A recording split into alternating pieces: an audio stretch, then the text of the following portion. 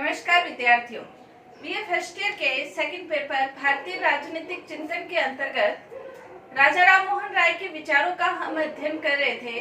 कल हमने उनके सामाजिक विचारों का अध्ययन किया। आज हम राजनीतिक विचारों के बारे में अध्ययन करेंगे।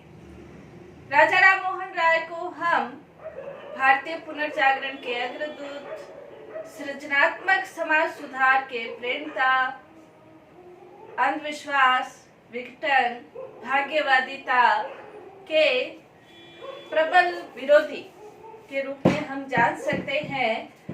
राजा राम मोहन राय वैचारिक चिंतन, वैचारिक क्रांति के अग्रदूत कहे जा सकते हैं। राजा राम मोहन राय के राजनीतिक विचारों के अंतर्गत यदि हम देखें तो राजा राम मोहन राय राजनीतिक क्षेत्र में उन्होंने अपने कोई प्रत्यक्ष रूप से विचार प्रकट किए हो ऐसा नहीं है, लेकिन उन्होंने सामाजिक सुधार के क्षेत्र में, धार्मिक सुधार के क्षेत्र में जो उन्होंने समय समय पर विचार प्रकट किए, उनके अंतर्गत हम उनके राजनीतिक विचारों का भी दिग्दर्शन कर सकते हैं। कई विद्वान उनको राजनीतिक स्वतंत्रता आंदोलन के अग्रदूत के रूप में देखते हैं। हालांकि इनकी ये अतिशयोक्ति होगी, लेकिन उस समय महत्व इस बात का था कि उस समय भारत राजनीतिक रूप से गुलाम था और ऐसी स्थिति में सभी के मन में एक हीनता की भावना भर गई थी कि हम एक गुलाम देश के नागरिक हैं। ऐसे समय में अंग्रेजों के प्रति उनको ये भावना थी कि अंग्रेज बहुत उच्च है, बहुत श्रेष्ठ है और हम उनका मुकाबला करने की स्थिति में नहीं हैं। ऐसी स्थिति में राजा राम मोहन राय ने उस समय अंग्रेजों की नीतियों की जो आलोचना की और अपने पत्रकारिता, पत्रों के माध्यम से, अपने अखबारों के माध्यम से उनकी आलोचना को न सिर्फ किया बल्कि लोगों के सामने प्रकट भी किया।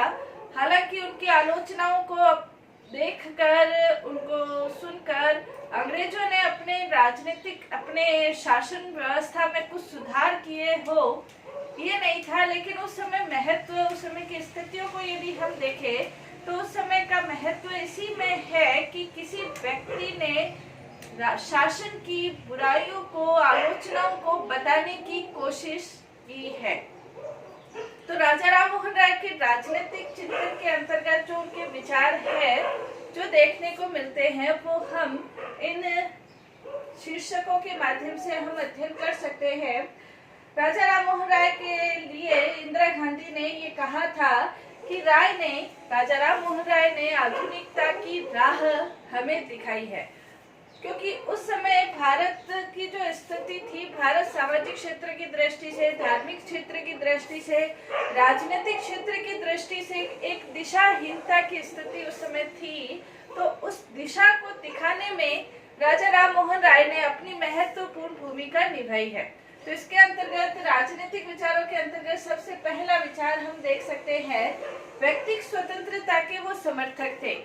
राजा राम मोहन राय जैसे लॉक है, ग्रेशियस है, रॉबर्ट पेन है, इन्हीं विचारों के समर्थन के रूप में हम कह सकते हैं कि राजा राम मोहन राय भी प्राकृतिक अधिकारों के समर्थक थे और प्राकृतिक अधिकारों के संदर्भ में वो संपत्ति की स्वतंत्रता, समानता की स्वतंत्रता, जीवन की स्वतंत्रता, इसके वो समर्थक थे। राजा राम मोहन राय व्यक्ति की उन्नति के लिए, व्यक्ति के व्यक्तित्व विकास के लिए ये चाहते थे कि व्यक्तिगत स्वतंत्रता जो एक प्राकृतिक अधिकार है, वो प्रत्येक व्यक्ति को प्राप्त होना चाहिए। व्यक्ति के ऊपर अनुचित रूप से किसी भी प्रकार के बंधनों को लगाना उसके व्यक्तित्व विकास में एक बाधा उत्पन्न करता है। लेकिन इसके साथ ही साथ व्यक्तिगत स्वतंत्रता के समर्थक होते हुए भी व्यक्तिवादी जो विचारधारा है उसके समर्थक नहीं थे। यानी कि व्यक्ति के उत्थान के लिए, व्यक्ति के कल्याण के लिए राज्य के द्वारा जो नीतियां बनाई जाए उसके वो समर्थक थे। राजा राम मोहन राय ये चाहते भी थे कि राज्य के द्वारा इस प्रकार के कानूनों का निर्माण किया जाना चाहिए जो व्यक्ति की उन्नति के लिए संभव हो सके, व्यक्ति की प्रगति के लिए संभव हो सके। राज्य का कार्य क्षेत्र सिर्फ राजनीतिक नहीं बल्कि राज्य का कार्य क्षेत्र सामाजिक भी होना चाहिए, धार्मिक भी होना चाहिए और इन सभी दिशाओं के अंतर्गत राज्य को अपनी भूमिका निभाना चाहिए। यानी कि राजा राम मोहन राय व्यक्तिगत स्वतंत्रता के समर्थक थे, लेकिन व्यक्तिवादी विचारधारा जिसके अंतर्गत राज्य को व्यक्ति की स्वतंत्रता का दुश्मन माना जाता है, उसके समर्थक नहीं थे, बल्कि व्यक्ति के कल्याण के लिए वो राज्य का सहयोग चाहते थे। इसके अंतर्गत दूसरा यदि हम विचार देखें तो राजा राम मोहन राय राष्ट्रीय स्वतंत्रता के समर्थक थे। राष्ट्रीय स्वतंत्रता के समर्थक होने के विचार हमें उनके समय समय पर जो उनके प्रकट किए गए विचार है उनके द्वारा हम देख सकते हैं। इसके अलावा राजा राम मोहन राय ने जो राष्ट्र की स्वतंत्रता के लिए उन्होंने विभिन्न प्रकार के अपने विचार प्रकट किए, अपने पत्रों के माध्यम से जो लेखन जारी किया था, उसके माध्यम से हम देख सकते हैं कि वो राष्ट्रों की न सिर्फ वो भारतीय स्वतंत्रता के समर्थक थे, बल्कि विश्व की स्वतंत्रता, विश्व के राज्यों की स्वतंत्रता के भी समर्थक थे।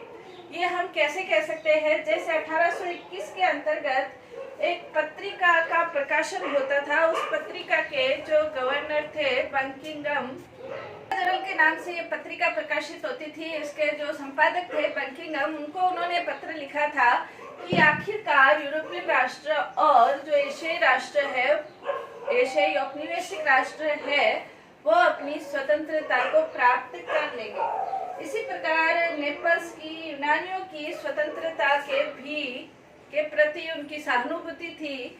1920 के अंतर्गत जब नेपल्स में वापस स्वेच्छाचारी शासन की स्थापना हो गई थी, तब उनको बड़ा शोक हुआ था।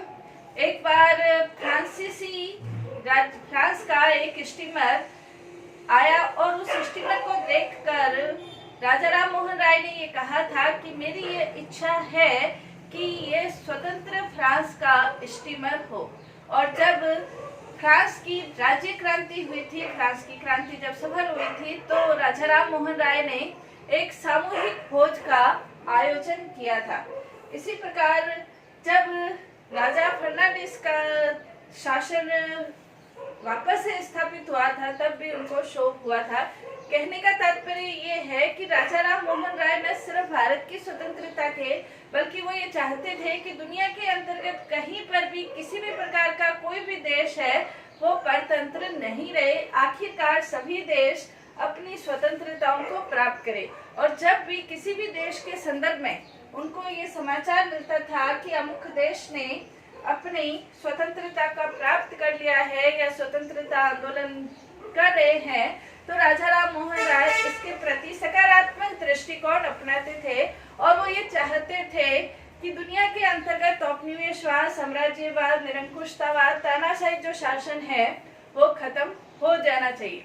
इसी संदर्भ में यदि हम देखें तो ब्रिटिश शासन के प्रति जो उनका दृष्टिकोण है, ब्रिटिश शासन के प्रति उनका दृष्टिकोण उदारवादियों के दृष्टिकोण से मिलता है, उग्रवादियों के दृष्टिकोण से नहीं मिलता है। उदारवादियों के दृष्टिकोण के अंतर्गत यदि देखें तो उदारवादी ब्रिटिश शासन के प्रति प्रसन्नता का भाव रखते थे।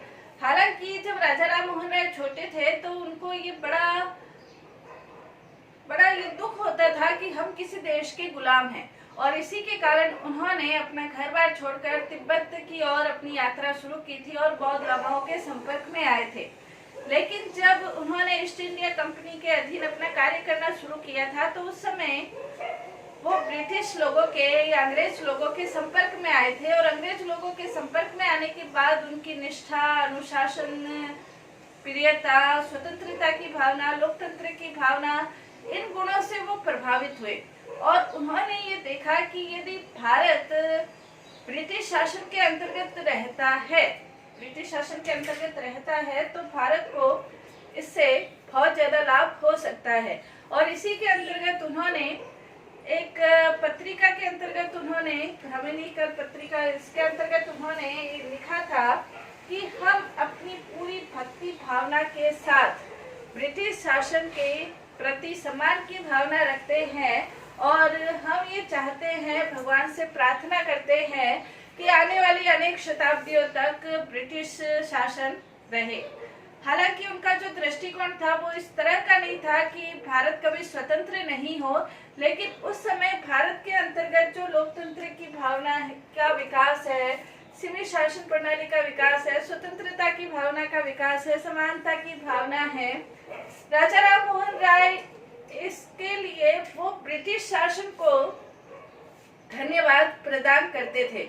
लेकिन फिर भी वो ये चाहते थे कि 40 वर्ष के अंतर्गत, जैसे विपिन चंद्र पाल के शब्दों में हम कह सकते हैं कि विपिन चंद्र पाल ने उस समय ये कहा था कि राजा राम मोहन राय भारतीय स्वतंत्रता के समर्थक थे और ब्रिटिश शासन की तारीफ करते हुए भी वो ये चाहते थे कि ब्रिटिश शासन भारत में 40 वर्ष तक रहे, 40 सदियों तक। हालांकि उन्होंने पत्रिका में लिखा जरूर था, लेकिन सदियों तक ब्रिटिश शासन भारत में बना रहे इसके वो समर्थक नहीं थे।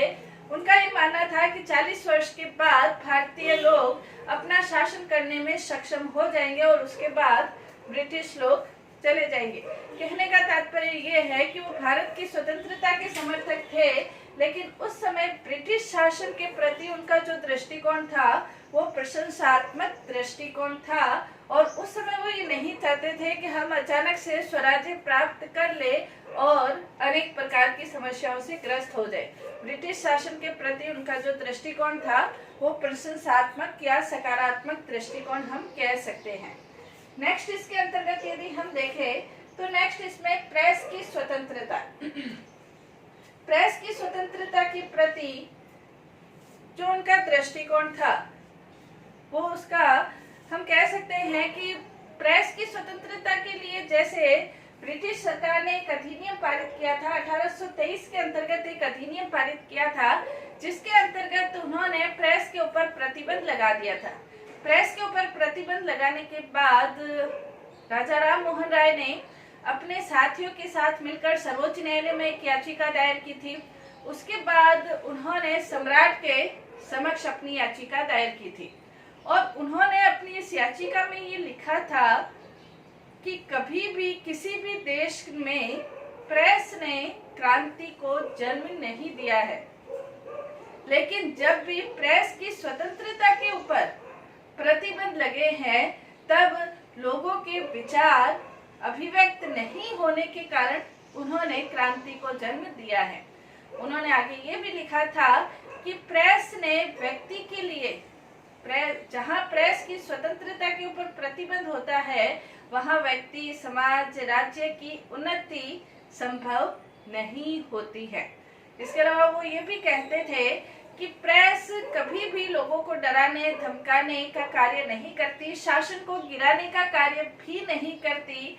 प्रेस लोगों के और सरकार के बीच में एक कड़ी का कार्य करती है, लोगों और सरकार के बीच में कड़ी का कार्य करती है और ये जो कड़ी है इसके अंतर्गत प्रेस के माध्यम से ही जो सरकार है वो लोगों को ये बताती है कि हमने क्या क्या अच्छे कार्य किए हैं और जो लोग हैं वो प्रेस के माध्यम से ही सरकार को ये बताते हैं कि हमें किस प्रकार की चीजों की, किस प्रकार की कानूनों की, योजनाओं की, नीतियों की आवश्यकता है। तो प्रेस के ऊपर प्रतिबंध लगाने का कोई औचित्य नहीं है क्योंकि प्रेस कभी भी क्रांति को जन्म नहीं देती है। हालांकि राजा राम मोहन राय की याचिका के ऊपर कोई सकारात्मक परिवर्तन ब्रिटिश सरकार ने नहीं किया था और इसी के संदर्भ में उन्होंने जो अपना अखबार मिरातुल अखबार है उसका प्रकाशन बंद कर दिया था। इसी संदर्भ में यदि हम देखें तो एक विद्वान है जिन्होंने ये कहा है कि जो राजा राम मोहन राय है, दामोदर करके एक विद्वान है, उन्होंने ये कहा है कि राजा राम मोहन राय राष्ट्रीय पत्रकारिता के जन्मदाता थे। तो उनका जो ये विचार है प्रेस की स्वतंत्रता के प्रति जो विचार है, 3 प्रकार की पत्रों का प्रकाशन, पत्रिकाओं का प्रकाशन, समाज कौमुदी, मिरातुल अखबार, ब्रह्मानिकल मैगजीन, इन 3 प्रकार की पत्रिकाओं का प्रकाशन वो स्वयं करते थे और उसके माध्यम से वो ये चाहते थे कि जनता के अंदर एक ज्ञान की रोशनी का अलग जगाया जाए। राजा राम मोहन राय ये चाहते थे कि पत्रों के माध्यम से, समाचार पत्रों के माध्यम से जनता के समक्ष सही जानकारी उपलब्ध करवाई जाए। राजा राम मोहन राय ने ये कहा था कि जहां कोई भी ऐसा शासन है जिसके विरुद्ध जनता ने आलोचना नहीं की है, कभी भी कोई ऐसा शासन नहीं रहा है जिसके विरुद्ध जनता में कोई भावना नहीं रही है, मतलब ऐसा शासन कभी भी नहीं रहा कि जनता उसकी सिर्फ तारीफ ही तारीफ करे, बल्कि शासन की आलोचना करना जनता का अधिकार है। और वो शासन एक सक्षम शासन है जो जनता की आलोचनाओं को सकारात्मक रूप में लेकर अपने शासन के अंतर्गत परिवर्तन करता है। वो शासन सही शासन कह सकते हैं। और जनता की आलोचनाओं का उसे पता पत्रों के माध्यम से, समाचार पत्रों के माध्यम से, पत्रिका के माध्यम से ही पता चल सकता है। इसलिए जहां एक और पत्रकारिता समाज में अलख जगाती है, अज्ञान को मिटाती है, जनता की अभिव्यक्ति को साकार रूप प्रदान करती है, साथ ही साथ शासन का भी सुधार की दिशा में आगे बढ़ने की ओर एक दिशा निर्धारित करती है, इसलिए पत्रकारिता के ऊपर प्रतिबंध नहीं लगाना चाहिए। प्रेस की स्वतंत्रता के संबंध में उनके विचार आज भी प्रासंगिक है। उनके और राजनीतिक विचारों का, राजा राम मोहन राय के और राजनीतिक विचारों का अध्ययन हम अपनी नेक्स्ट क्लास में करेंगे। धन्यवाद।